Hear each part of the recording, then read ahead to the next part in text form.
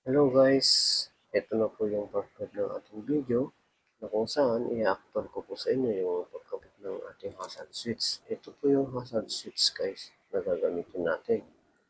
May tatlo po siyang wire na magkakahiwalay. Ang trabaho po ng switch na ito guys, pag pinindot nyo siya, inon yung ganun, pagsasamahin niya po itong tatlo. Kaya huwag ho kayong kakabahan kung magkakabaliktad po man ang kanyang connection kasi pinagsasama-sama lang po yan dito sa loob. So ito pong isa, ikakabit natin sa ating letter L ng flasher relay. At itong dalawa, ikakabit po natin sa left and right ng ating signal light na ilaw. So install natin guys.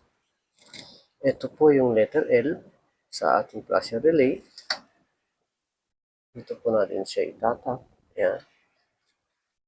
At itong dalawa po ay sa ating signal light. Itong isa.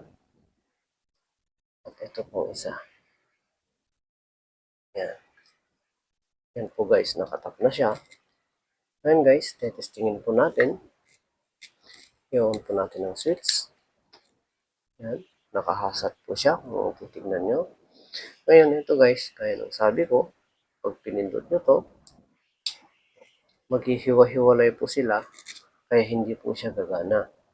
Ngayon pag pinindot po natin yan guys, magsasama-sama po yung tatlong wire sa loob kaya gagana po yung hazard natin.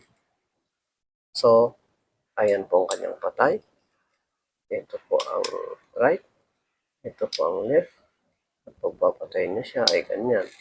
At kung ihahasard niya siya, ay ito naman guys.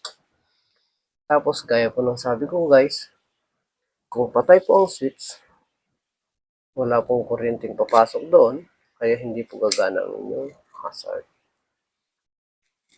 Pag on naman ang switch guys, saka po siya gagana. Sana po may natutunan po kayo sa video ito. Sana po guys, i-heart, follow, and share nyo. At sa susunod pong video guys, ituturo ko po sa inyo kung paano po i-install ang ating 3-pins flasher relay. Maraming pong salamat hanggang sa susunod.